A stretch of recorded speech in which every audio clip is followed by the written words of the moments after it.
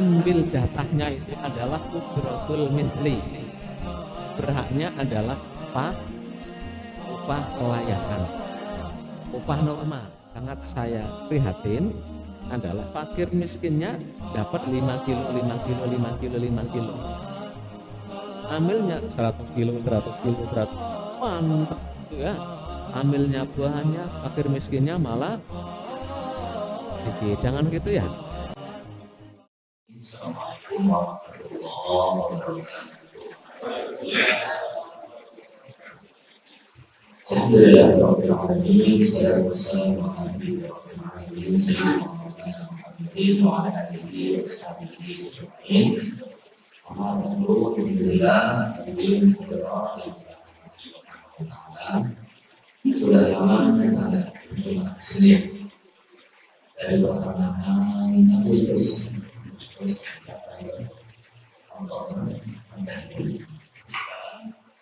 Desember. Kalau memang kondisi kesehatan saya memungkinkan, ini saya coba untuk isi. Kalau isi sebenarnya kalau isi saya masih bisa, lama bisa ya. Ini enggak isi sama sekali, paling 2 mingguan sebenarnya kira. Soalnya misi pada subuh tidak bisa, tapi setelah subuh saya belum bisa langsung ke sini karena kalau misi BMT bisa makannya jam berapa selesai jam 8 baru sarapan. Kalau saya sarapannya 7 paling lambat jam 7. Makanya alhamdulillah kondisi sudah semakin sehat, semakin baik. Kemarin saya bisa kami pakai lagi kebiasaan lalu ada misi kuat bilang asalkan dibawain sarapan sudah sarapan jadi karena dari misi tidak bersalah kita lagi datang ke sini sudah sarapan jadi untuk silakan dinikmati ya. Mohon doanya kepada mereka semoga kesehatan saya semakin fit semakin berbaiknya. Ini ya Allah. Baik, pada pertemuan terakhir kita lakukan ini, beliau menyampaikan sholat lebaran, sholat Aid. Oke, sholat Aid ya. Kalau sholat Aid, ya baik. Sholat Aid di buku fikih manhaji. Setelah sholat Aid dilanjutkan dengan zakat fitrah. Di fikih manhaji. Lumrahnya buku fikih-fikih yang zaman dulu, buku fikih-fikih klasik, zakat fitrah itu nanti belakangan. Biasanya zakat fitrah belakangan ngikut bab zakat. Soalnya biasanya sholat, ya setelah sholat selesai baru zakat, baru puasa, baru haji. Nah ini di tengah-tengah bab sholat sunnah ada bab zakat fitrah. Kenapa? Karena cocok ya. Limna sabatil maqam. Cocoknya setelah lebaran Idul Fitri membayar zakat atau waktu lebaran cocoknya membayar zakat. Nanti setelah ini akan ada bab lagi yaitu bab udhiyah. Udhiyah bab kurban. Karena setelah lebaran Idul Adha setelah sholat memang disunnahkannya berkurban. Ya, baik. Karena sekarang bahas apa zakat fitrah, zakat. Penjelasan tentang makna zakat, urgensi zakat, hukum zakat, manfaat dan nikmat dari zakat, hukum mengingkari zakat. Nanti di bab zakat khusus. Zakat ya zakat, nanti khusus. Fitrah itu dari kata-kata fitrah. Fitrah itu jiwa penciptaan. Fitratullahillati fatara an-nasa 'alaiha. Asal penciptaan Allah jiwa. Karena para ulama membagi zakat ke dalam 2 jenisnya. Pertama zakatul amwal, zakat harta. Yang kedua zakat jiwa, zakat tubuh. Nah, zakat tubuh itu zakat jiwa adalah zakat fitrah. Karena fitrah dimaksudkan adalah jiwa. Ada juga yang mengatakan fitrah itu berasal dari kata-kata afqan, iftiru, iftar, berbuka puasa. Karena zakat fitrah itu wajib dengan berlalunya bulan Ramadan, selesainya puasa. Kalau puasa sudah selesai berarti tinggal berbuka.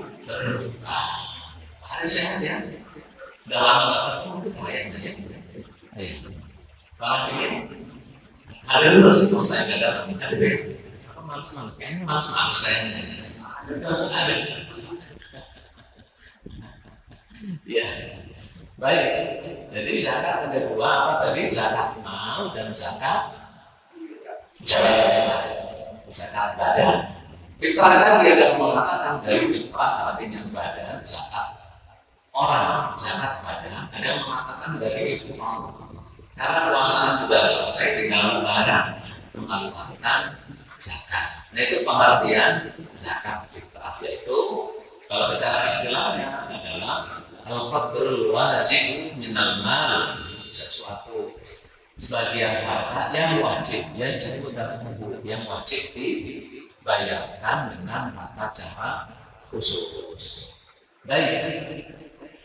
Dalil disyariatkannya zakat fitrah yang masyhur, zakat fitrah itu disyariatkan tahun kedua Hijrah menurut fikih manhaji, yaitu bersamaan dengan tahun diwajibkannya puasa. Puasa wajibnya tahun berapa? Tahun kedua Hijriah. Nah, setelah puasa bulan diwajibkan zakat fitrah. Dalil yang mewajibkannya banyak ya. Ada hadis Abu Sa'id, ada hadis Ibnu Abbas, ada hadisnya Ibnu Umar dan lain-lain ya. Yang di buku fikih manhaji disebutkan hadis riwayatnya Ibnu Umar dari Bukhari Muslim, Rasulullah sallallahu alaihi wasallam farada zakat al-fitri min Ramadan 'ala an-nasi sa'an min tamrin aw sa'an min sha'irin 'ala kulli hurrin aw 'abdin dzakarin aw untha minal muslimin.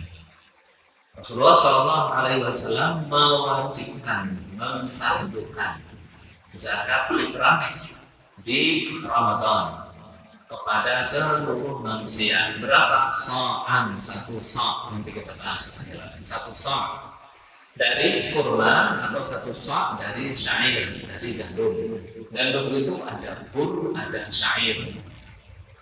Nggak tahu perbedaannya karena kita di sini nggak makan ya, nggak makan bur, nggak makan syair. Saat kami di Saudi, bur itu gandum yang warnanya gelap, coklatan. Bur itu gelap.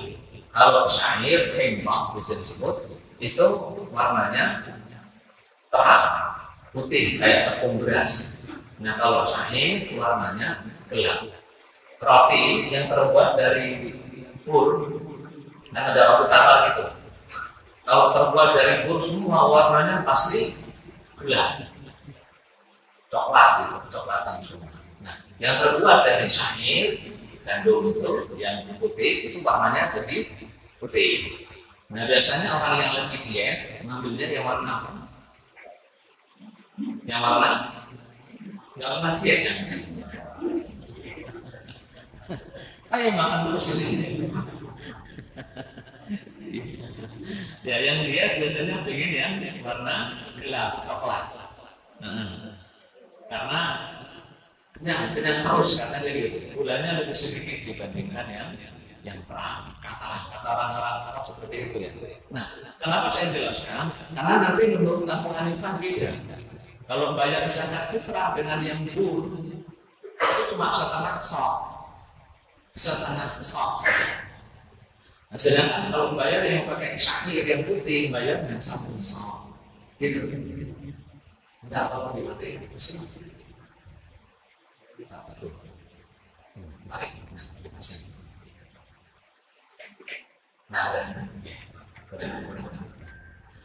itu perlu diperhatikannya gitu. Jadi kalau menurut Abu Hanifah yang bur nanti setengah sok ada hadis, meskipun banyak mendhaifkan, banyak juga yang mengatakan saking banyaknya jalannya. Ya, baik. Atau satu sok dari syair ala kulli hurrin aw 'abdin pada seluruh yang merdeka atau hamba, dzakarin aw unsa, laki-laki ataupun perempuan, minal muslimin, dari orang-orang Islam. Nah, apa hukum zakat fitrah? Hukum zakat fitrah ini menurut Ibnu Munzir, ajma'al ulama ala fardhiyyatiha. Seluruh ulama ijma bahwa zakat fitrah hukumnya fardu. Menurut Ibnu Munzir. Saya baca referensi ada yang mengatakan nggak sampai tingkatan fardu, tapi Allah alam, insyaallah yang kuat bahwa ijma'nya Ibnu Munzir itu benar bilangnya bahwa zakat fitrah hukumnya fardu, wajib membayar zakat fitrah. Pak Ustaz, orangnya enggak sholatnya males-males Pak Ustaz, tapi bayar zakat fitrah diterima enggak? Terima aja, enggak apa-apa ya. Siapa tahu kalau masih bayar zakat fitrah, nanti di kemudian hari sadar terus jadi rajin sholat, terus jangan bermasalah gitu ya. Nanti antum tahu ada si fulanah jarang sholat, terus bayar zakat fitrah, jangan antum tegur, kan kagak sholat ngapain bayar zakat fitrah? Jangan ya, enggak apa-apa. Ya, baik. Kemudian di buku fikih manhaji disebutkan syarat-syarat kewajibannya. Siapa yang wajib membayar zakat fitrah? Pertama, orang Islam. Yang orang Muslim itu tidak diminta untuk beribadah di dunia kepada Allah, meskipun nanti di akhirat akan dimintai pertanggungjawaban. Di dunia orang Muslim kalau sholatnya orang Islam sah atau enggak? Enggak sah. Puasa orang Islam sah atau tidak? Ya enggak sah juga, enggak wajib dan juga tidak sah. Baik, itu yang pertama. Yang kedua, ghurubu syamsin akhir yaumin min Ramadan. Ini menurut Syafi'iyah dan jumhur. Wajibnya kapan? Jika matahari terakhir bulan Ramadan sudah tenggelam. Ramadan 29 hari, tanggal 29 matahari tenggelam, maka sudah wajib membayar zakat fitrah. Gitu. Ramadannya 30 hari, tanggal 30 matahari tenggelam, tanggal 30 Ramadan. Begitu tenggelam matahari sudah wajib membayar zakat fitrah. Menurut Abu Hanifah udah. Saya menurut Abu Hanifah wajibnya kapan? Wajibnya pagi hari. Kalau fajar sudah keluar pagi, disitulah wajib. Menurut jumhur Syafi'iyah dan jumhur dari awal malam. Nah, kalau kita pakai pendapat Syafi'iyah dan jumhur, maksudnya bagaimana? Faman mata ba'da ghurubi dzalikal yaum wajabat zakatul fitri anhu. Siapapun yang meninggal setelah matahari tenggelam. Ini si A sebulan sakit, meninggalnya Isya, tetap wajib dibayarin zakat fitrah. Gitu. Nah, kemudian sawa'un mata ba'da an tamakkana min ikhrajiha aw mata qablahu. Mau meninggalnya itu sebelum bisa melaksanakan atau bisa melaksanakan sama saja wajib dibayarkan zakat fitrah.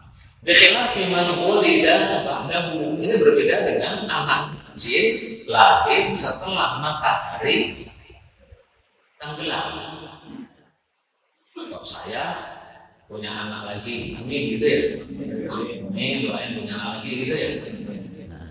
Saya punya anak lagi, kok lahirnya setelah matahari tenggelam. Insya Allah nggak wajib zakat fitrah. Karena kenapa? Saat matahari tenggelam, anak saya belum lahir. Makanya untuk kalau mau saya saran setelah matahari tenggelam saja. Oh, malah tinggal beras 3 liter aja gitu. Sampai bilang. Ya, maksudnya gitu, perbedaannya kayak gitu ya. Jadi yang lahir setelah matahari tenggelam tidak wajib membayar zakat fitrah. Terus waman mata qabla ghurubi syamsi lam tajib fi haqqi. Ada orang meninggal sebelum matahari tenggelam di akhir Ramadan, tidak wajib zakat fitrah. Jangan bilang ke bapak kalau mati sebelum matahari tenggelam. Jangan. Timbang 2,5 kilo dikali saja. Ya. Beda timbang tidak problem berbeda. Kalau saya punya anak, lahirnya hari terakhir Ramadan sebelum buka, sebelum matahari tenggelam, wajib saya bayarkan zakat fitrah. Mudah ya? Baik, kita kembali bahwa siapapun yang meninggal sebelum matahari tenggelam, maka wajib zakat. Enggak wajib kalau meninggal sebelum matahari tenggelam. Kalau lahir sebelum matahari tenggelam, berarti sudah wajib zakat fitrah. Kamu sampai sini ya? Ya baik. Yang ketiga syarat wajibnya. Jadi yang pertama Islam, yang kedua matahari kan tenggelam di akhir bulan Ramadan. Yang ketiga, memiliki atau bahasa kita mampu membayar zakat. Saya ulangi, mampu membayar zakat. Nah, standar mampu itu seperti apa? Yang paling hebat itu Abu Hanifah. Kata Abu Hanifah, yang dimaksud mampu itu orang kaya. Orang kaya itu seperti apa? Orang yang memiliki nisab zakat mal. Nisab zakat mal itu 85 gram emas murni. Berarti orang yang wajib bayar zakat fitrah adalah orang kaya. Karena punya duit 85 juta. 1 gram berapa sekarang? 1 juta, ya, enggak 1 juta. Berarti punya duit 85 juta. Kalau nggak punya duit sampai 85 juta, menurut Abu Hanifah nggak wajib zakat fitrah. Kayaknya yang wajib cuma Pak Haris, ya. Pak Haris, Pak Rudi, banyak ada di sini ya. Pak Irisan, Pak Siantat, semuanya lah. Duitnya kan banyak ya. Banyak. Pak Irnawan juga masih banyak ya. Orang kaya. Tapi Pak Teguh wajib ya. Pak Nadimin nggak wajib ya. Iya, nggak wajib ya. Kalau pakai Abu Hanifah nggak wajib. Karena kudu orang kaya memiliki 85 gram atau senilainya. Menurut Imam Syafi'i nggak itu zakat mal. Zakat fitrah beda. Bedanya gimana? Zakat fitrah itu standar mampunya menurut Imam Syafi'i adalah punya kelebihan untuk makan diri sendiri dan orang-orang yang wajib dia nafkahi, anak, istri, bapak, emak, mungkin atau siapa yang bisa dinafkahi, juga keperluan untuk rumah dan pembantunya. Itu saja untuk sehari semalam. Baru dia anak 2 ya. Istri. Dia bilang 1, teman-temannya bilang 2. Jangan-jangan kalau dia menyembunyikan sesuatu ini. Iya, kalau dia anak 2, 1 istri. 200.000 cukup nggak sehari semalam? Anggaplah 200.000 ya, sehari semalam ya. Udah dapat 1 ayam kampung dengan belanja-belanjanya gitu ya, dengan berasnya, dengan apanya bayar listrik nggak cukup. Nah, 200.000 cukup untuk keperluan Pak Rudi dilihat. Ada lebihnya atau enggak?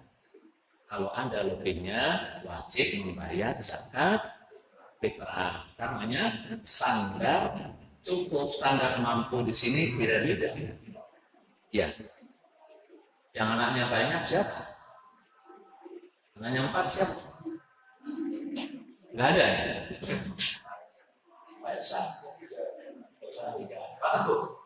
Pak Teguh anaknya 5, anak 5 dengan anak 2 anak beda ya.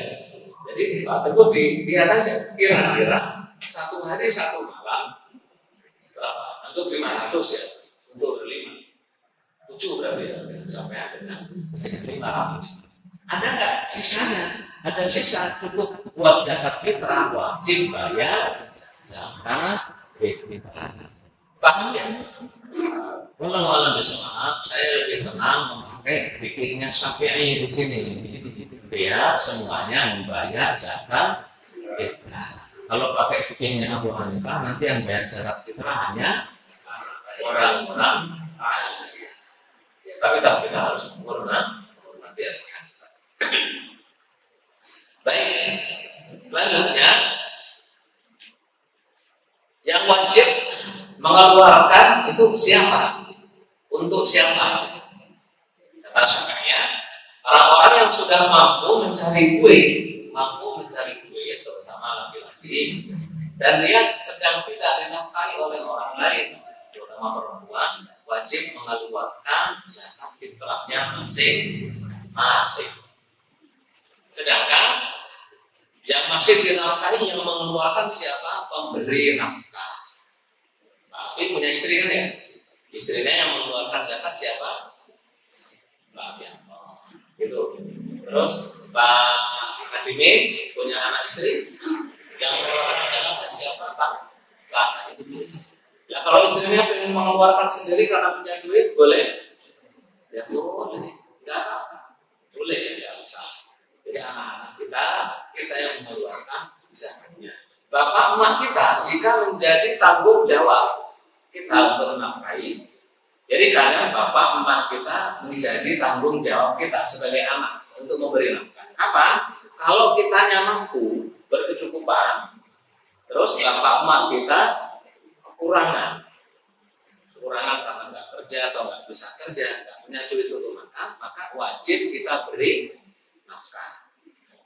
Jika mereka wajib kita beri nafkah, berarti kita juga wajib mengeluarkan zakat fitrah untuk mereka. Paham ya? Nah, bagaimana boleh nggak kita mengeluarkan zakat fitrah atau membayarkan zakat fitrah untuk orang lain? Jadi tahu-tahu saya bayarin zakat fitrah boleh Pak Haris, boleh atau enggak? Pak Haris disuruh menghubungi saya dulu. Kalau mau bayarin buat saya. Pak Ustaz, boleh nggak saya bayarin zakat fitrahnya sampean?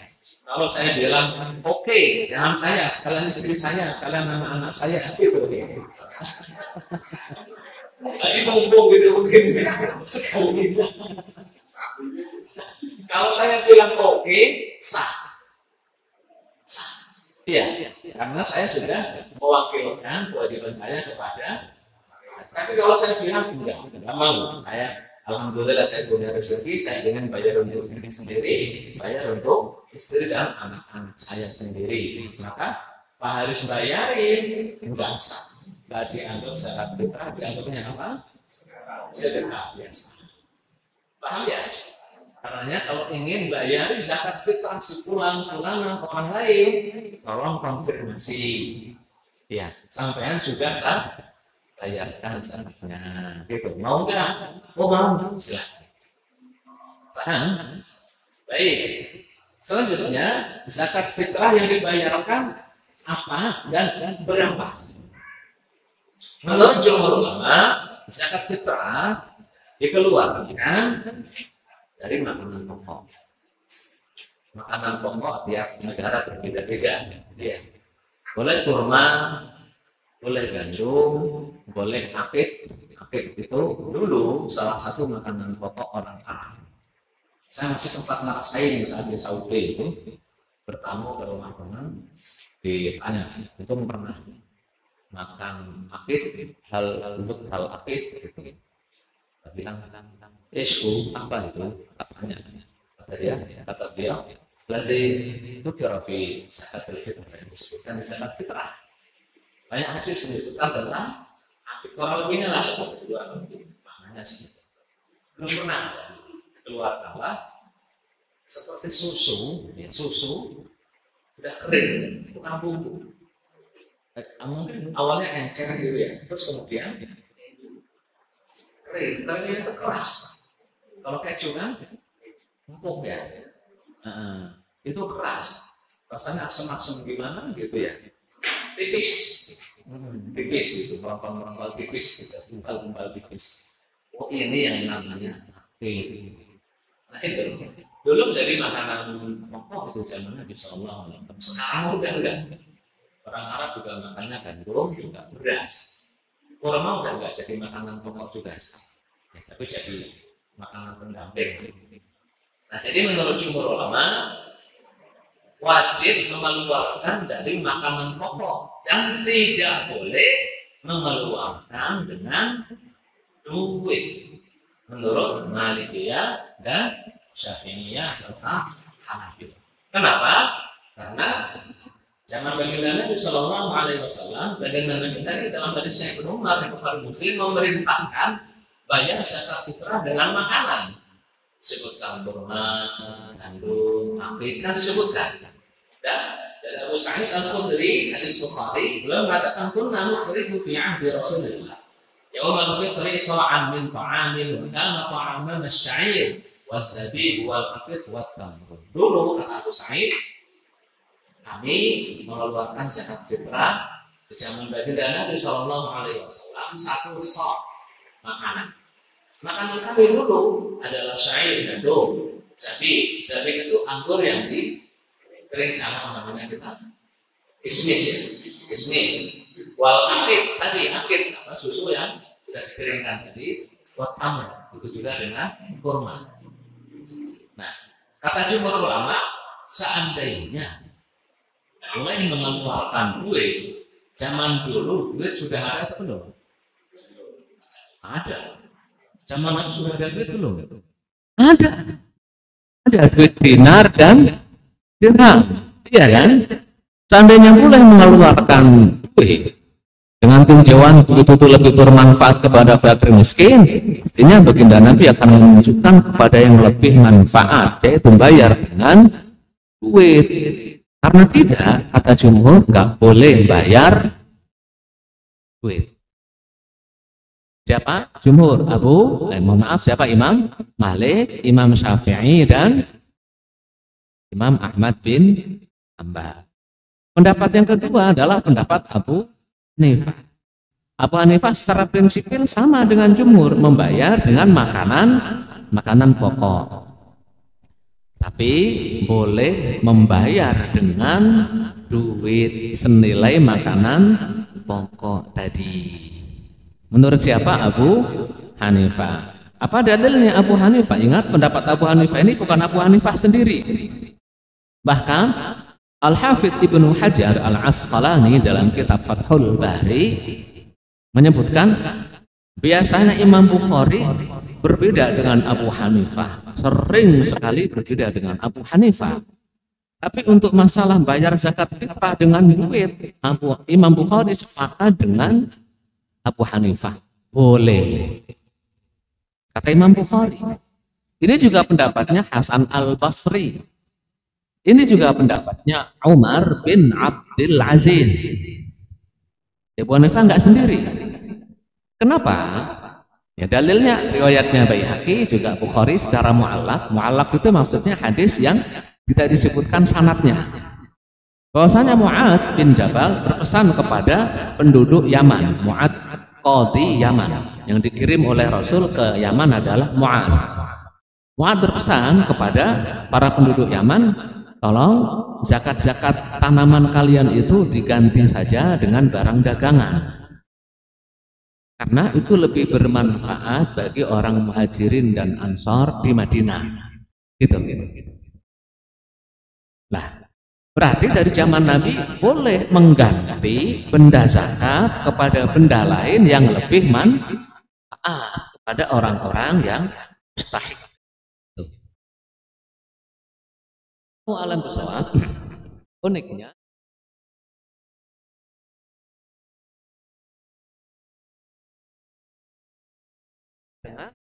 dengan makanan pokok, illa annahu la ba'sa bittiba'i madhabil ta'ala dihil mas'alati dal asr. Di masa ini kita kita menganggapnya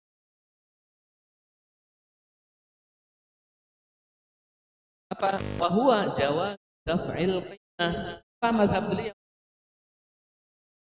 dengan du dalika li'annal qimah karena miskin beras ila tahqiqil marju menggap zakat di lebaran Kamis biasanya zaman sekarang punya beras atau enggak punya beras ya. Dengan kasus stunting anak ya 4 tahun yang masih banyak Pak gitu masih banyak kelaparan, tapi rata-rata orang Indonesia itu kalau beras biasanya ya. Cuma yang nggak punya malah iya apa enggak? Duit. Orang miskin dikasih beras.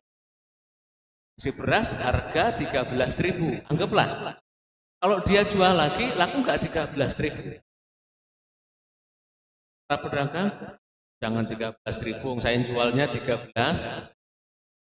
Berapa? 11.000. 2.000. Kalau kita ngasihnya duit satu orang udah jelas-jelas berapa? 13. Itu pun kita kadang kasih ya. Masa sih 13.000 genepin lah. Nah, jadi 15.000 kan gitu biasanya. Kali 2,5 kg. Nanti masih ketemu tambahin lagi. Oh iya kan?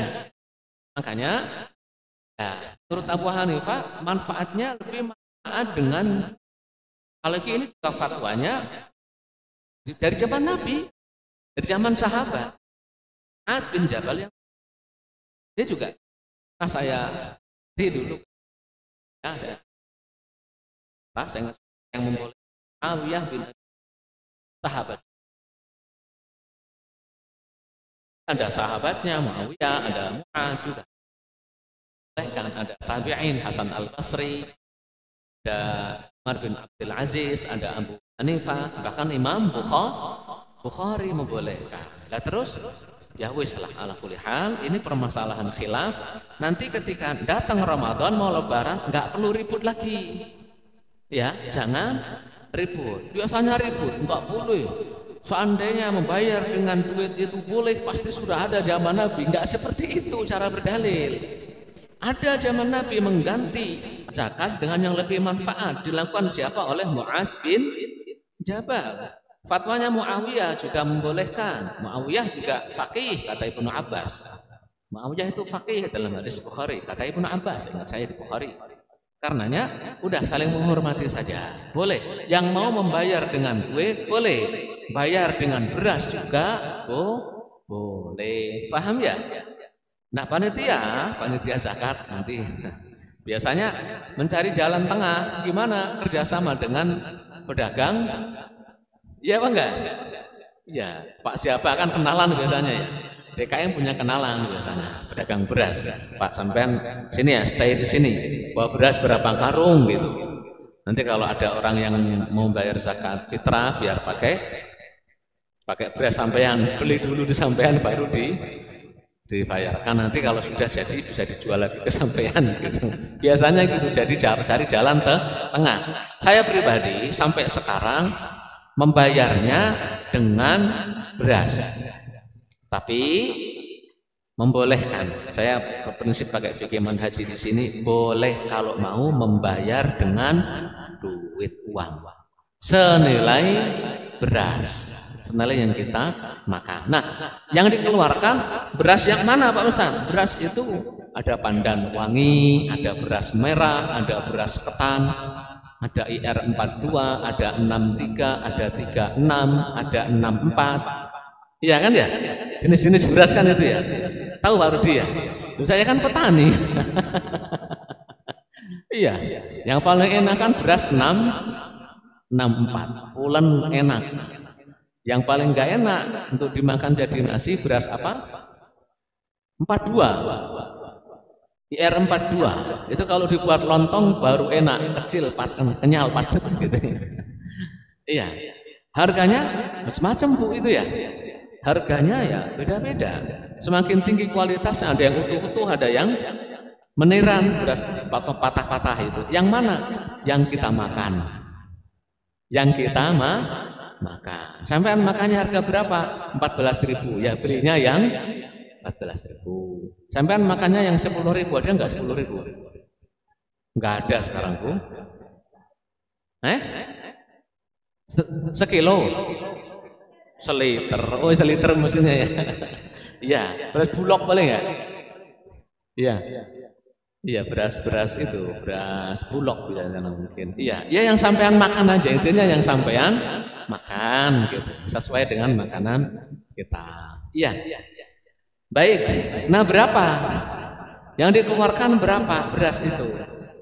Menurut jumhur ulama, termasuk Syafi'iyah, Malikiyah dan Hanabilah, juga sahiban. Sahiban itu dua murid Abu Hanifah, Abu Yusuf dan Muhammad. Satu sa'nya itu berapa? 4 takaran 2 tangan digabungin. Ini 2 tangan yang sedang. Ada tangan yang pendek-pendek jarinya, ada yang panjang-panjang. Kalau pas nemu yang panjang-panjang isinya banyak itu. Iya. Jadi ambil beras, nah diambil, tapi jangan jarinya mak-mak, jari mak-mak kecil paling ya. Dari bapaknya yang agak panjang, yang sedang diambil satu, itu 1 mud. Satunya munjung apa munjung itu?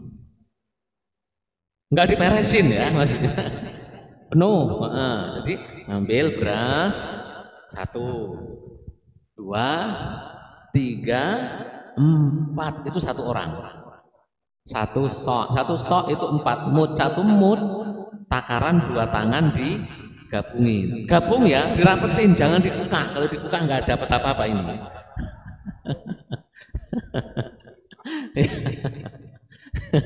Nanti buka mah nggak dapat apa-apa. Ya. Ya. Nah, lalu 1 sok itu berapa? Ya tergantung tangannya. Para sahabat dulu taunya gitu. Pokoknya naker ya udah gitu, naker. Nah, karenanya ketika saya di Arab itu saya punya guru, saya Profesor Sultan At-Tubaisi, kalau tidak salah namanya Sultan At-Tubaisi, salah satu profesor hadis di King Saud University. Itu saya talaki kitab Sunan Tirmidzi kepada beliau, meskipun nggak sampai tamat gitu ya. Talaki Sunan Tirmidzi, sarah Sunan Tirmidzi kepada beliau. Beliau menyebutkan, ya kurang lebih 1 mud itu 500 gram. Kurang lebih. Nah, ada sanadnya itu. Ada sanadnya sampai ke sahabat fulan. Nanti ada yang lain lagi, itu punya sanad beda, 600 gram 1 soknya. Nah, kalau 600, 6 kali 4, 2,4 kilo. Yang 500 cuma 2 kilo. Nah, nanti biasanya menjelang lebaran itu, nah karena ada yang share, zakat fitrah itu yang benar 2,7 kilo. Ada yang bilang yang benar 3,7, 3,8 kilo. Itu pendapatnya Abu Hanifah itu.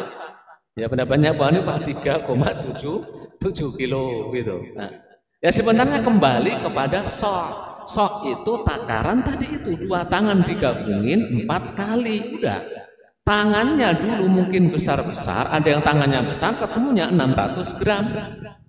Ada yang tangannya sedang 500 gram. Yang gede tangannya ketemunya berapa mungkin? 800 gram. 8 kali 4 kan gitu.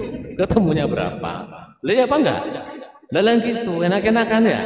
Nah, kalau pakai mazhab Syafi'i di buku fikih manhaji 1 mud 600 gram. 1 sok 4 mud 600 kali 4 2,4 kilogram. Kalau liter berapa kira-kira ini? 3 liter paling ya. Jadi kira-kira aja. Enggak tahu dah. Pokoknya 2,5 2,4 kilogram. Silakan kalau mau diliterin dihitung sendiri pakai kalkulasi kalkulator atau gimana gitu ya. Nah, nanti ada yang mengatakan enggak sah harus 3, sekian.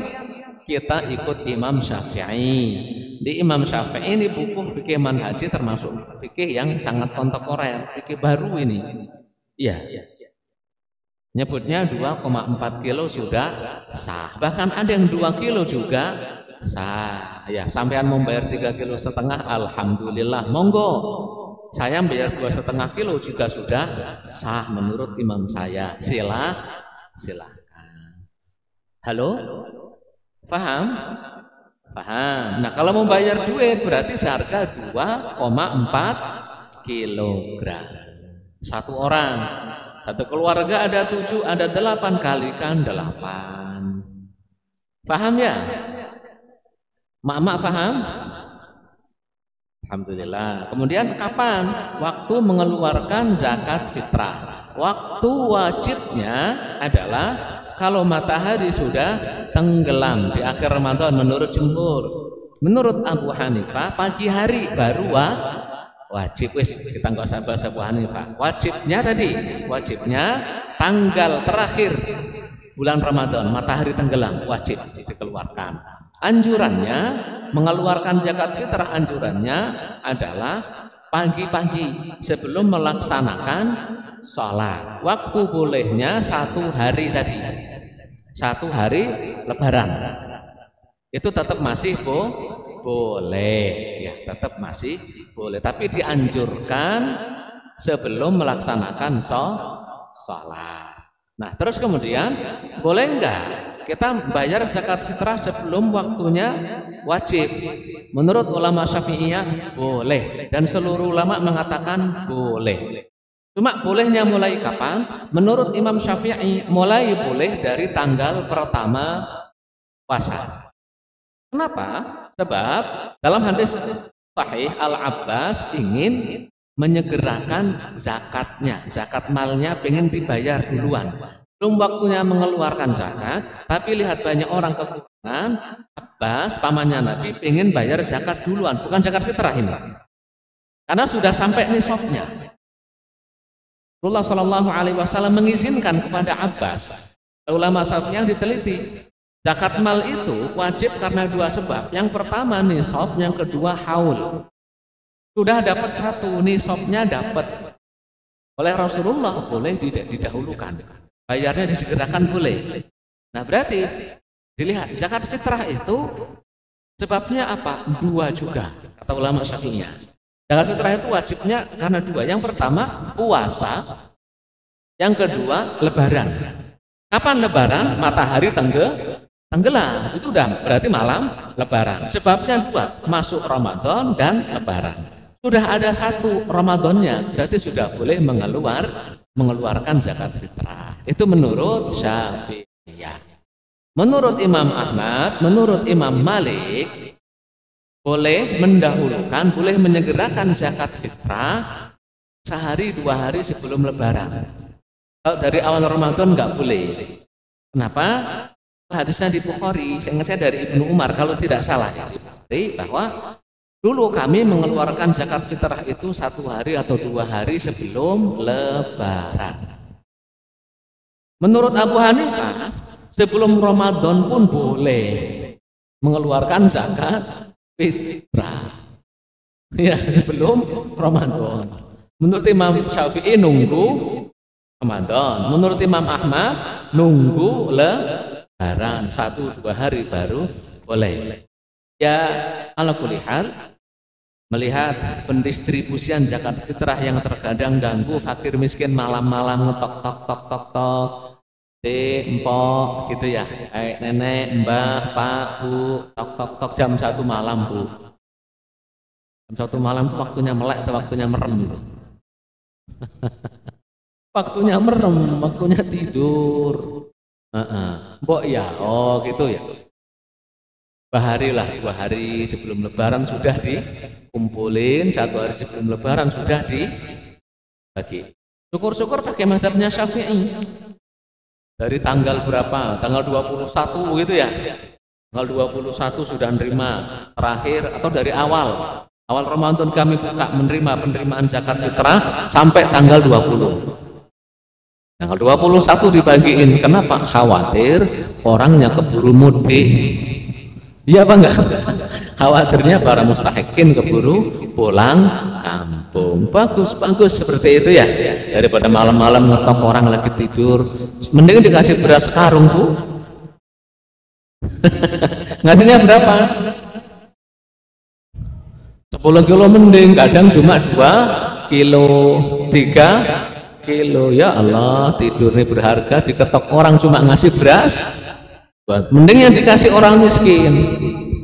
Kalau dikasih orang kaya karena sabilillah, Pak Abdul Latif kan orang kaya sabilillah, diketok tok tok tok tok ngasih beras 3 kilo sabilillah. Ya Allah, Pak Latif marah-marah mungkin ini orang tidur nyaman-nyaman diganggu gitu ya. Iya, gitu ya. Jadi waktu pengeluaran zakat fitrah. Nah, kemudian zakat fitrah lebih utama dibayar sendiri, bayarkan sendiri atau diwakilkan kepada panitia, wakilkan kepada pemerintah.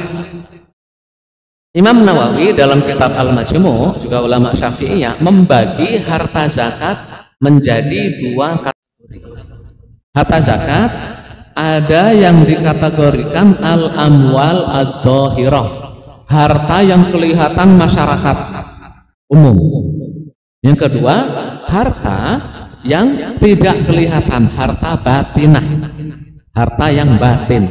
Nah, jadi ada harta lahir, ada harta batin.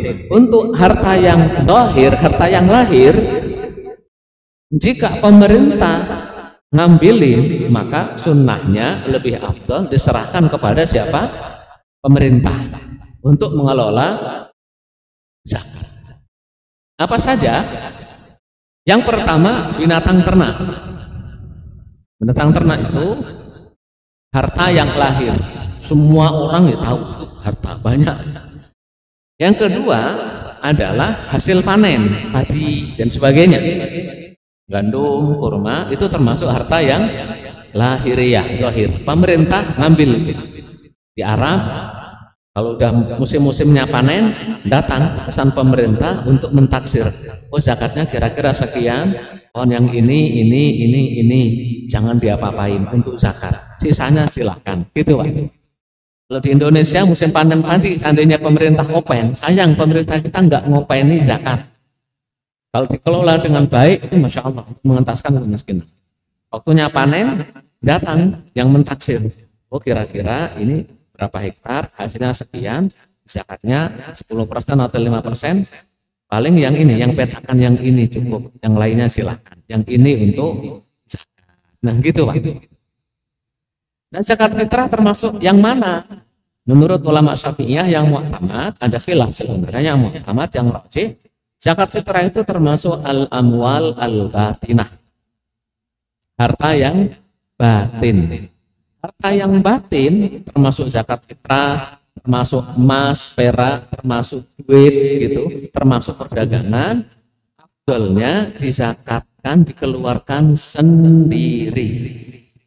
Nah, zakat penghasilan sampean gitu, zakat duit, afdalnya disalurkan sendiri. Kalau ngerti, kalau nggak ngerti datang ke saya, salurkan. Saya ngerti, insya Allah. Saya tahu. Kalau nggak ngerti wakil ke saya, atau wakil ke Yayasan El Tartil. Kami juga ada ya apa namanya filantropi di bawah Ustadz Muhammad. Nanti akan kita salurkan kepada orang-orang yang kami pilihi benar-benar mustahik, berhak untuk mendapatkan zakat tersebut. Ya, afdolnya disalurkan sendiri. Paham ya? Nah, nggak enak Pak Ustadz ngalurin sendiri. Ya nggak apa-apa. Kalau transfer aja kemana gitu biar disalurkan sono, yang penting cari yang terpercaya ya. Gitu. Jadi kita ulangi, afdal mana zakat fitrah, menyalurkan sendiri atau disalurkan lewat lembaga? Salurkan sendiri lebih afdal. Kemudian hukum panitia zakat. Panitia zakat itu termasuk amil atau bukan?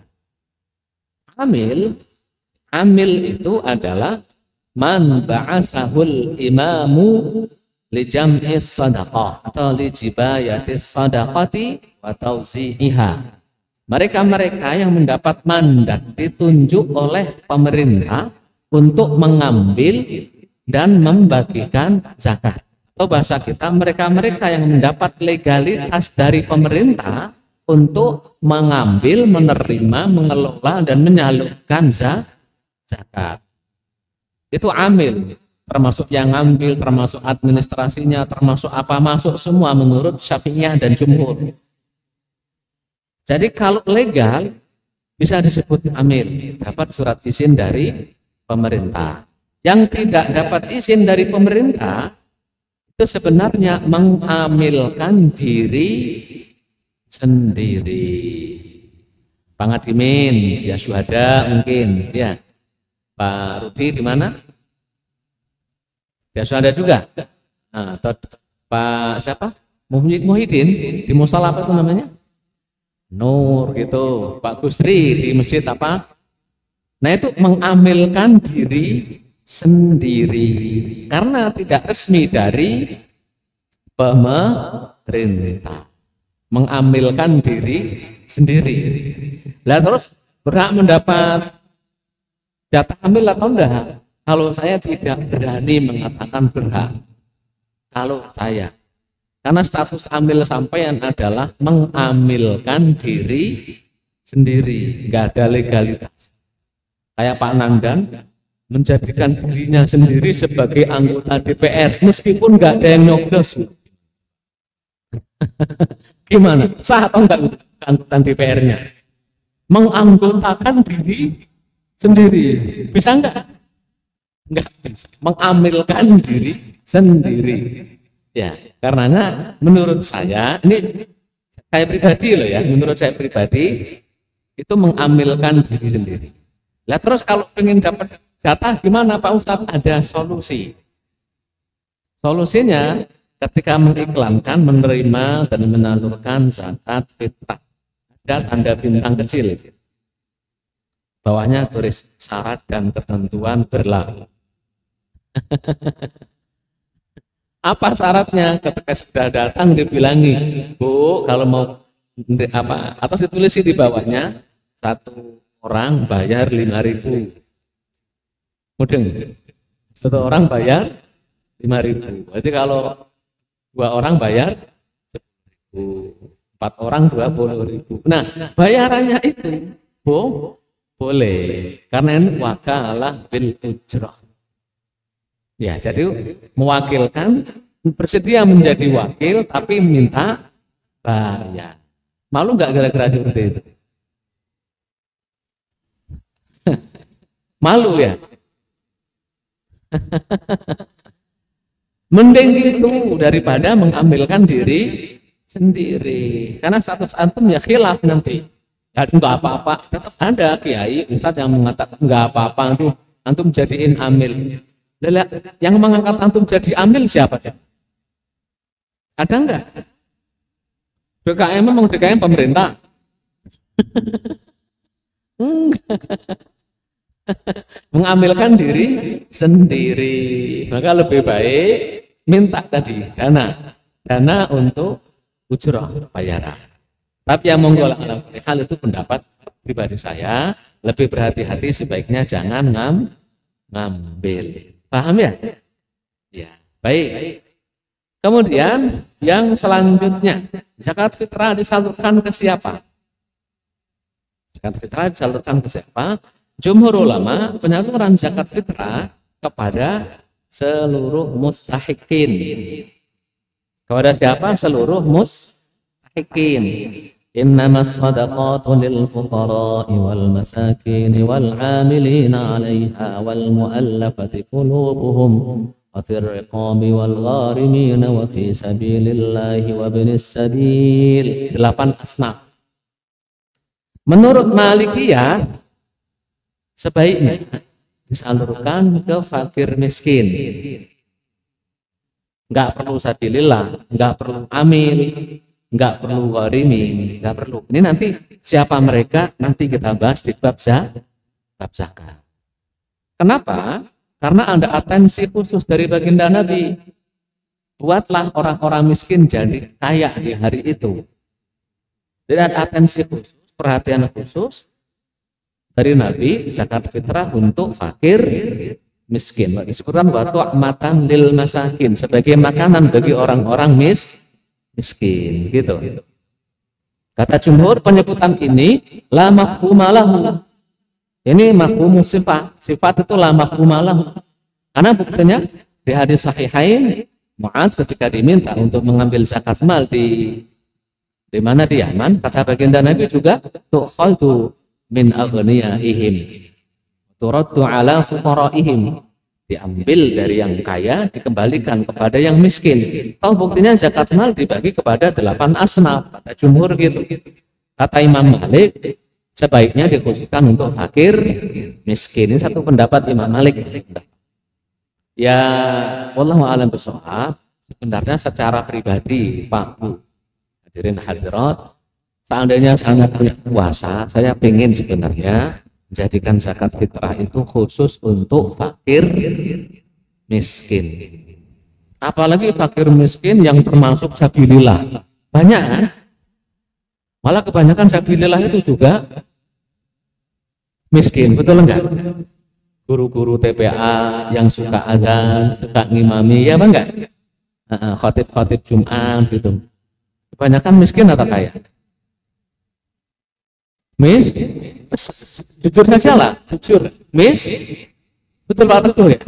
Guru TPA itu biasanya miskin apa kaya? Miskin.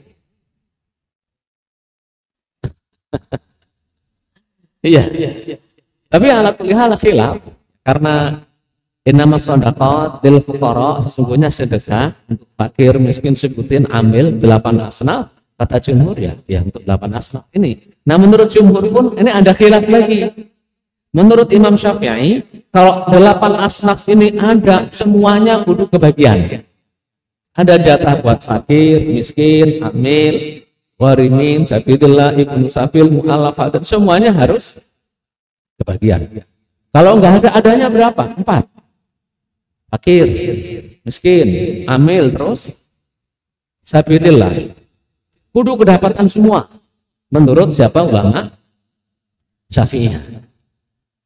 Nah menurut Abu Hanifah dan Imam Ahmad enggak apa-apa. Dibagi satu pun enggak masalah. Bagi untuk orang miskin saja. Sabilillahnya kagak dikasih. Gitu. Apanya terus ambilnya kagak dikasih, enggak apa-apa. Dan uniknya dalam kitab Hasyiah Syekh Ibrahim Al-Bajuri, dalam Hasyiah Bajuri, Hasyiah untuk kitab takrib kata Ibrahim Bajuri, enggak apa-apa kita bertaklid ke mazhabnya Abu Hanifah dalam hal ini.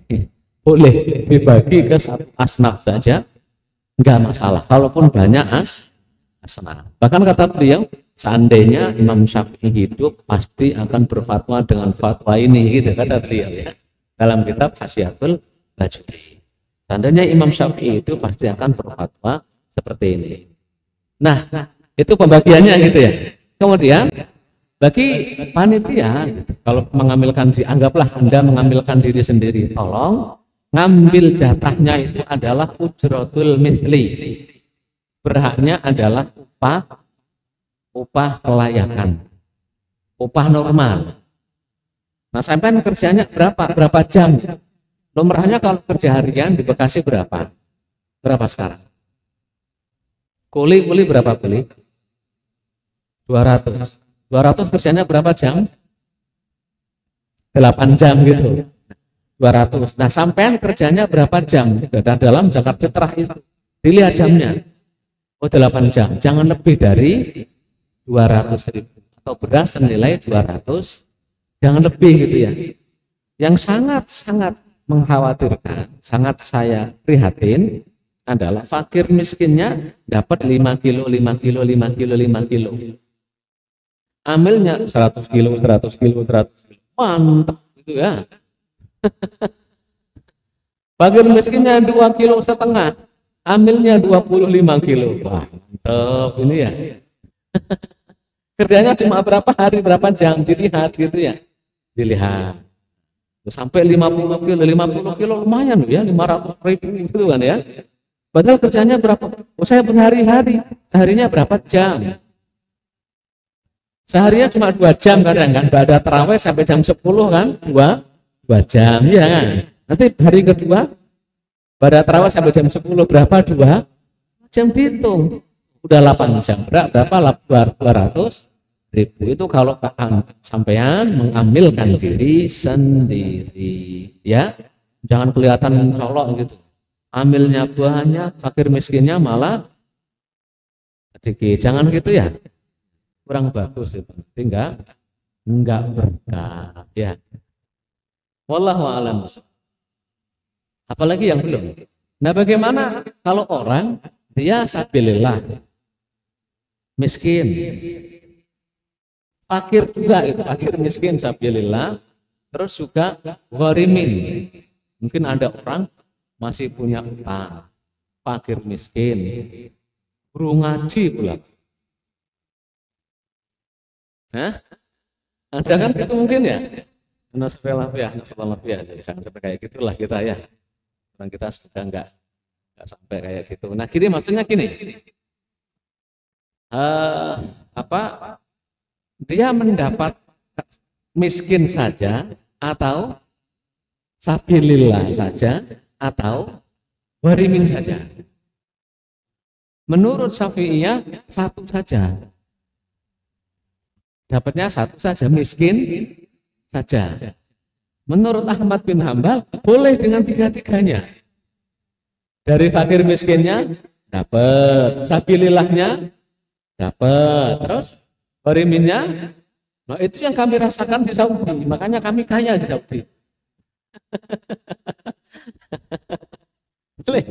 Saya ngerasain di Saudi itu jadi fakir miskin, jadi gharimin, jadi sabilillah, jadi ibnu sabil. Lala iya, di sana bawa istri, bawa anak dua, nggak ada penghasilan tetap, nggak ada. Ya. Terus makannya gimana? Bismillah, tawakal tuh, segitu aja, benar. Rezekinya itu 850 real, yang pasti. Kalau nggak cuti, kalau pas cuti 850 real beasiswanya nggak dapat. Nah, terus gimana? Bismillah, tawakal tuh. Allah. Karena orang-orang Arab ngasih zakat ke kami gede-gede. Karena semuanya mereka ini mahasiswa asing ini pasti masuk. Talabul ilmi itu sabilillah, jelas itu. Talabul ilmi syar'i sabilillah. Miskin juga, ya kan? Ibnu sabil pula, orang asing kan gitu. Gharimin punya utang, ngasihnya 5.000 rial zakat. Ya, 5.000 rial, satu orang ngasih 3.000, 1.000 ngasihnya saja. Makanya kan saya pulang beli mobil.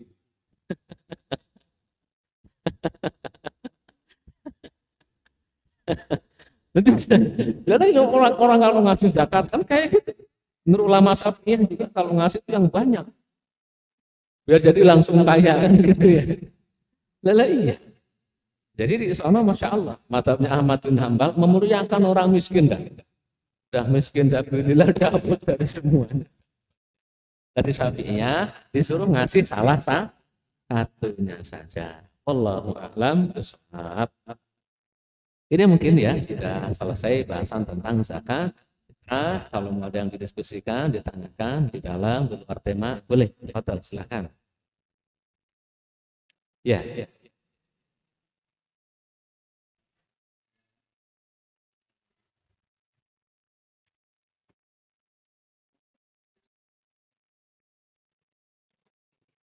Satu mood.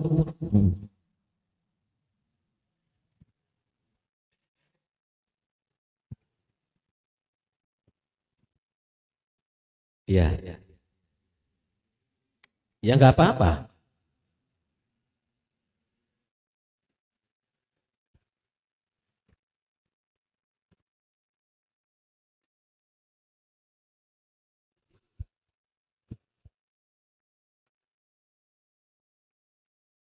Iya. Jadi orang bayar zakat 27.000, tapi digenepin oleh pembayar zakatnya jadi 30.000 kepada panitia. Oleh panitia dibayarnya yang ke mustahiknya berapa? 27. Sisanya dipakai apa? Kadang dimasukin ke masjid, mungkin beli rokok, beli apa, boleh atau tidak? Bisa boleh, bisa Tidak. Kapan nggak boleh kalau nggak konfirmasi? Nggak konfirmasi kepada muzaki. Yang zakatnya niat 30.000 ini untuk zakat semua, Pak. Itu ya, untuk zakat semuanya. Kelebihannya juga biar dibagiin untuk yang para mustahikin. Kok sampean nggak ngomong? Ini karena kelebihannya nanti akan dialokasikan ke masjid. Kalau ngomong yang bersangkutan muzakinya bilang oke, halal. Jika nggak ngomong jangan. Itu abu-abu. Hukum asal duit orang lain haram, nggak boleh kita ambil. Itu Pak ya. Ya, ada lagi. Pengadimin.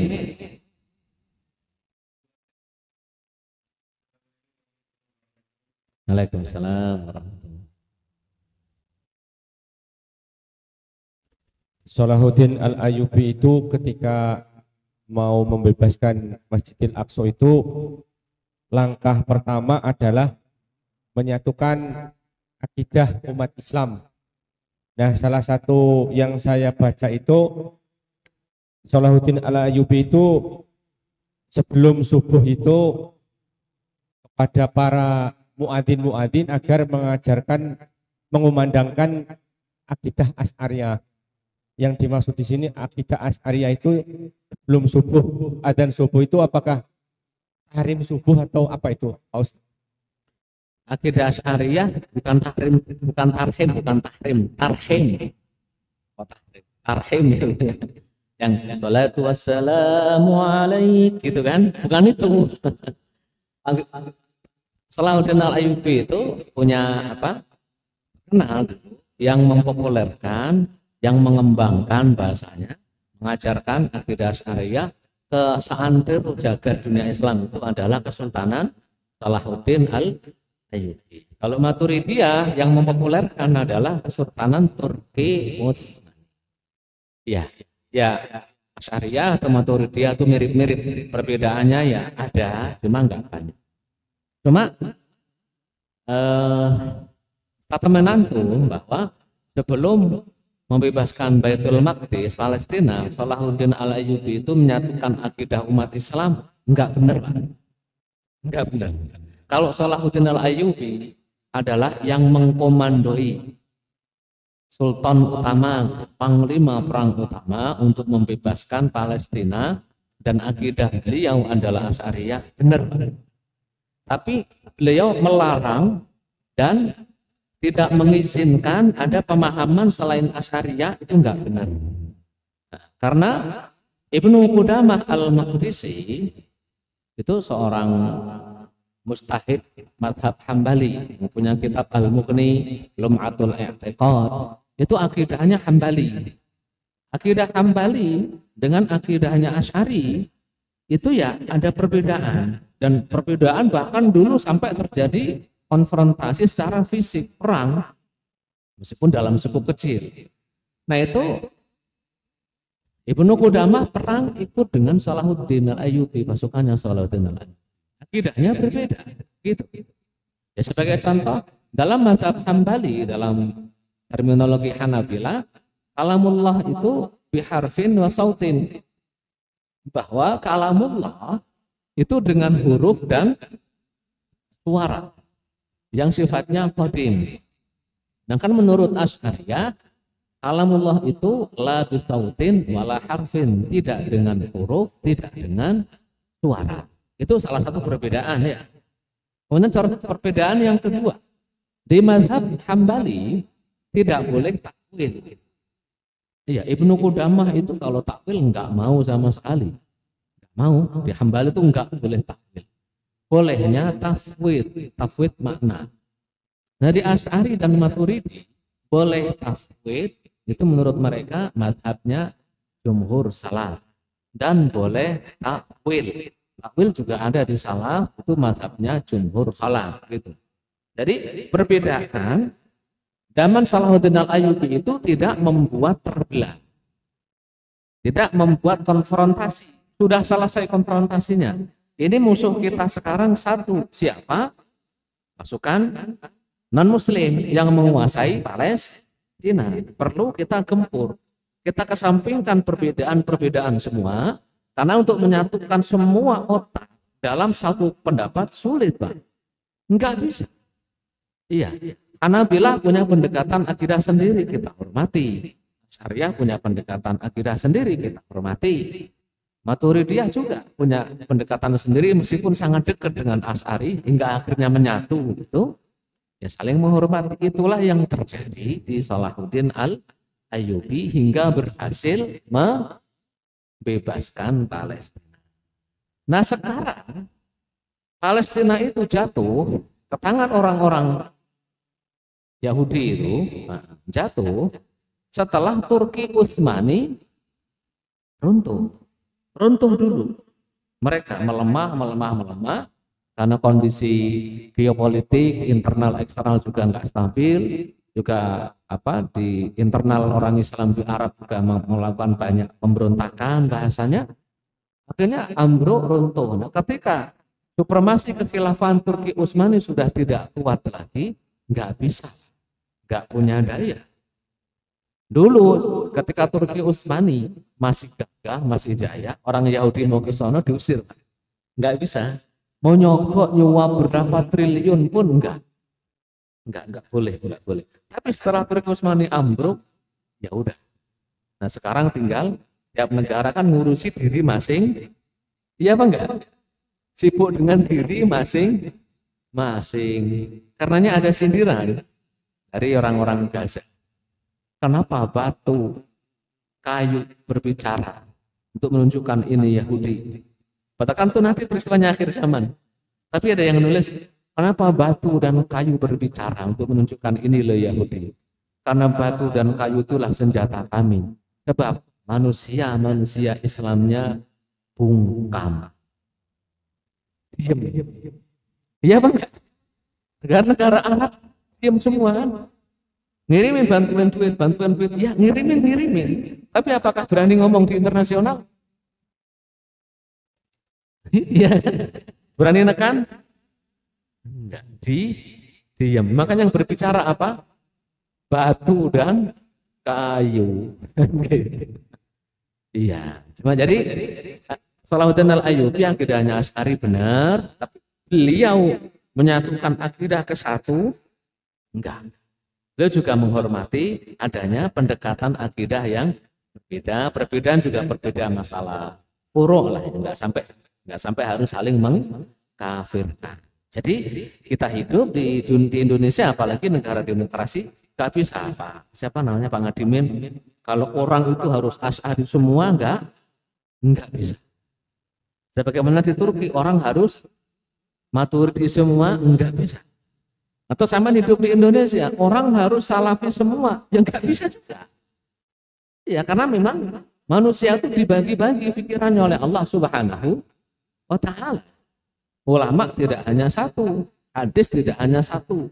Memahami hadis, teks Al-Quran dan Sunnah juga tidak satu otak. Masing-masing punya pemahaman. Selama dibingkai dalam suatu cara pemikiran atau manhaj yang benar, bersandarkan kepada sanad sampai kepada para sahabat, sampai kepada salafus saleh, enggak masalah kalaupun harus berbeda.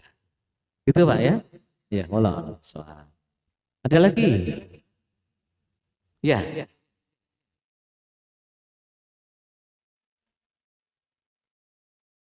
Ya, kalau mau membayarkan zakat fitrah orang lain, bayarin orang lain, informasi.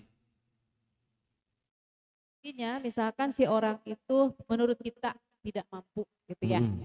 Nah, kita memberikan uang atau kepada dia untuk membayar zakat. Itu bagaimana? Ya kalau bagaimana, kalau bolehnya ya boleh. Orang nggak mampu, ya nggak wajib bayar zakat. Iya kan? Buat makan sehari semalam bingung, nggak wajib bayar zakat. Sampai kasih duit buat makan. Misalkan ini saudara dekat sendiri, ya menurut dia tidak mampu. Nah biar saya mampukan, saya kasih uang untuk membayar zakat. Saya juga kasih misalkan untuk lebarannya. Boleh, kalau gitu boleh. Tilangkan aja, zakatnya tak bayarin semuanya. Boleh ya? Boleh gitu. Mending gitu aja.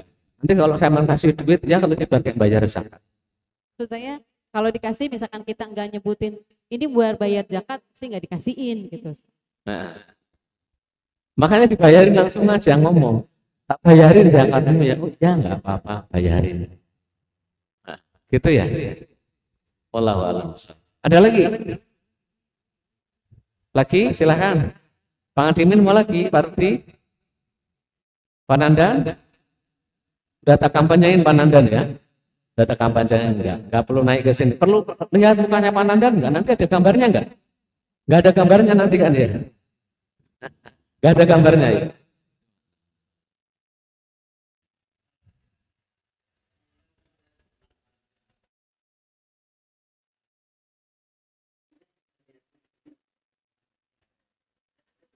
Setiap bulan kita kena pajak Pak Ustadz dari perusahaan. Boleh enggak?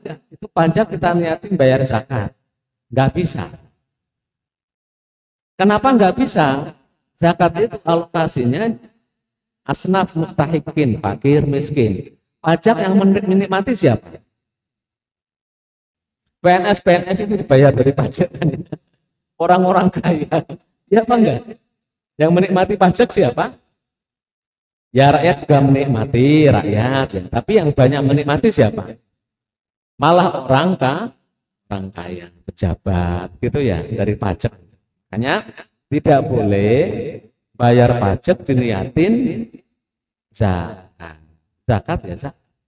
Lah terus gimana Pak Ustadz? Ngitung duit saya untuk dizakati setelah dipotong pajak atau sebelum dipotong pajak? Anggap Pak Teguh per bulan 30 juta, amin Pak Teguh, 30 juta. Pajaknya berapa itu? 2,5 juta. Saya Pak Teguh mengeluarkannya 30 juta, 2,5% dari 30 atau 2,5% dari 27.500, 27.500. Bukan dari 30, dari 27.500. Jadi yang diambil untuk pajak itu nggak usah dihitung lagi. Anggap bukan milik sampean. Yang murni milik sampean berapa? 27.500, 2,5%-nya dari. Gitu Pak Teguh ya. Ya. Ustadz satu lagi. Ya. Tapi di luar tema ya Ustadz. Ya. Tapi masih tentang zakat.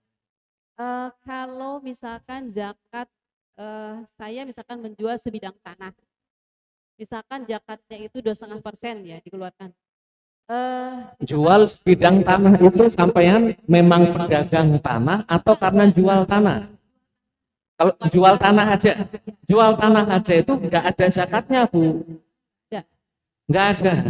Itu malul mustafad.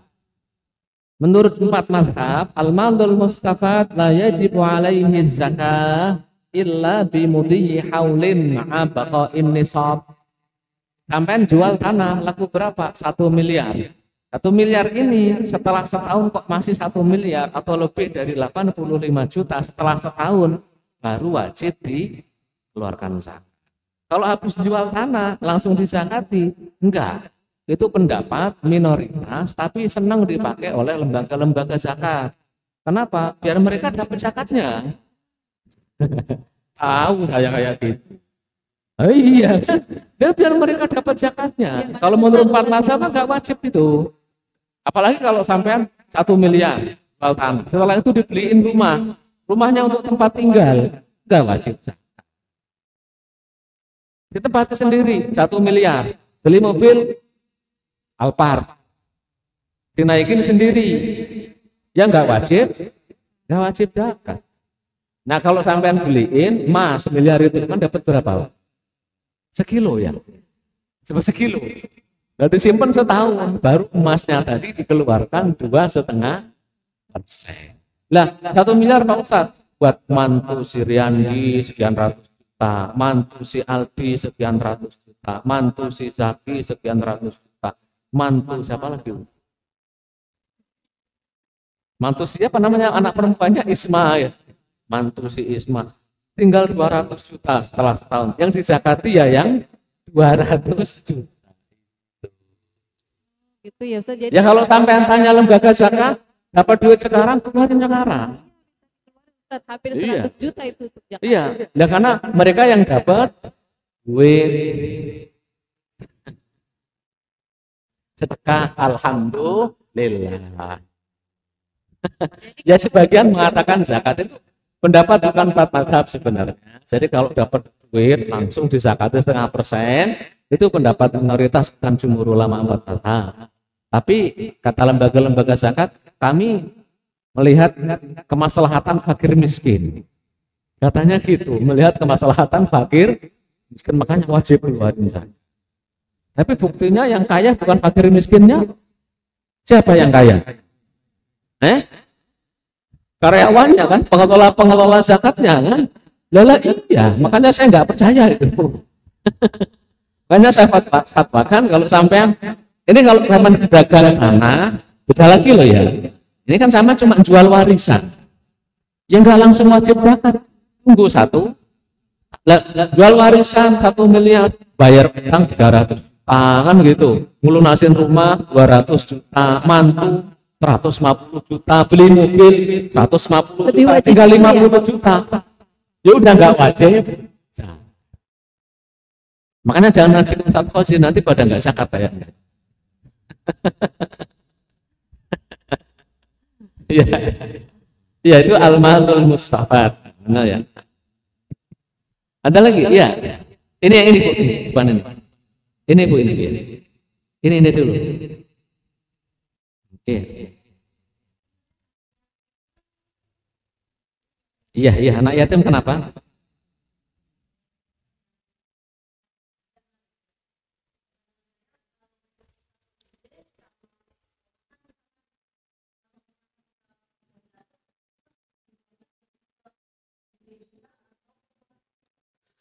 Anak yatim itu memang kadang ada yang kaya, ada yang miskin. Kalau anak yatim yang kaya nggak boleh menerima zakat, wajib mengeluarkan zakat menurut Syafi'iyah. Gitu. Menurut Abu Hanifah nanti enggak. Menurut Syafi'iyah, anak yatim kok kaya nggak boleh menerima zakat, justru wajib mengeluarkan zakat.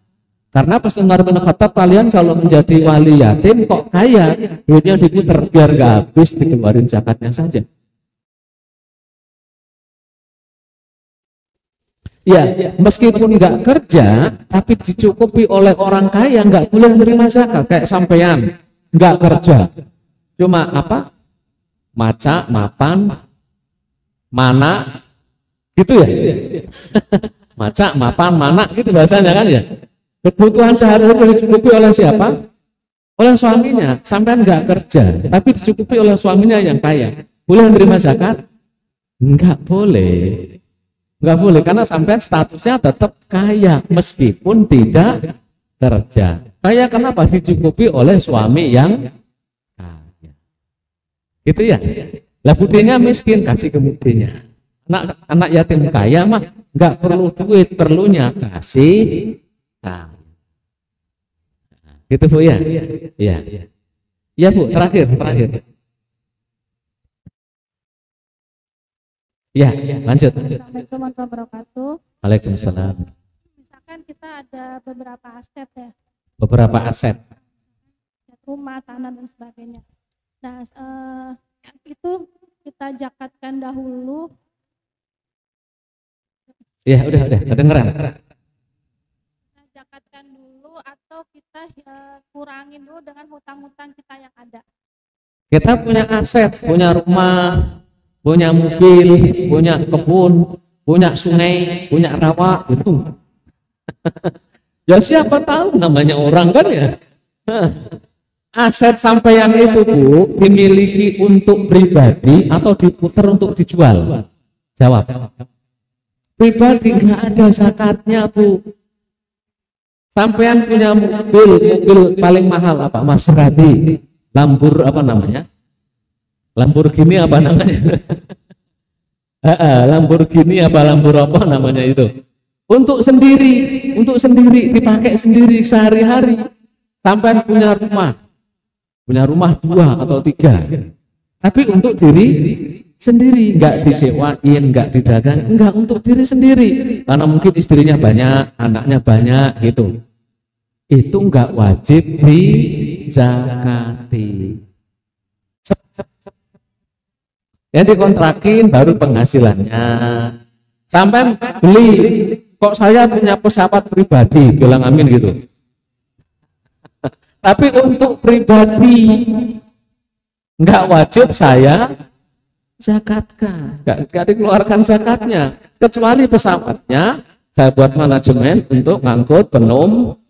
Nah itu baru namanya dagang, kan gitu ya, dagang kursi, nyewain kursi, itu yang dikeluarkan zakat. Iya, ya kalau untuk milik sendiri Bu, harta-harta yang nggak bergerak, jadi nggak dizakatin, kecuali sampean emas, perak, duit sampean diemin, salah sampean, kenapa diemin? Iya kan? Tapi kalau tanah, rumah ini, rumah segede-gedenya rumah, kita punya kita sendiri, nilainya semakin nyusut atau tinggi? Nyusut Bu, kalau rumah. Tanah semakin tinggi. Kalau rumah, ya apa enggak? Nyusut. Gentengnya semakin lapuk, kayu-kayunya juga mulai keropos, catnya mulai luntur. Iya apa enggak? Lala iya. Makanya yang dipakai secara pribadi semewah apapun enggak zakat. Makanya kalau sampean pengen nabung yang enggak kena zakat, jangan beli emas. Belilah permata, berlian. Berlian itu menurut Syafi'iyah tidak wajib zakat. Sampai simpen bertahun-tahun nggak wajib zakat. Gitu, Pak Teguh ya. Kalau nyimpen jangan emas 85 gram per tahun wajib zakat. Tapi sampai nyimpen berlian 2 kilogram. Berapa itu harganya itu ya? Nah ya berlian berapa karat gitu, nggak wajib mengeluarkan zakat kalau dipakai sendiri. Gitu Bu ya? Iya harganya mahalan berlian. Kok nggak wajib zakat? Kenapa? Kata Imam Mawardi, orang kalau pakai emas semua tahu emas itu benda berharga, betul. Tapi kalau orang pakai berlian ya, kata orang miskin, alah plastik. Iya apa enggak? Siapa tahu bahwa berlian itu benda berharga siapa? Hanya orang-orang tertentu, orang kaya. Iya apa enggak? Tapi kalau emas, siapapun. Makanya yang wajib zakat hanya emas. Dari zaman Nabi berlian ada, nggak disuruh mengeluarkan zakat. Saya udah capek ya. Ini pertama kali saya ngedur dari, mohon maaf, nggak bisa capek ini. Artinya 7:30 aja ini ya. Mohon doanya semoga sehat, kuat, insyaallah ketemu lagi di pekan yang akan datang. Kita tutup dengan doa kafaratul majelis. Subhanakallahumma bihamdika, asyhadu an la ilaha illa anta, astaghfiruka wa atubu ilaik. Kurang lebihnya mohon maaf. Wallahul muwaffiq ila aqwamit thoriq. Wal 'afwu minkum. Wassalamualaikum warahmatullahi wabarakatuh.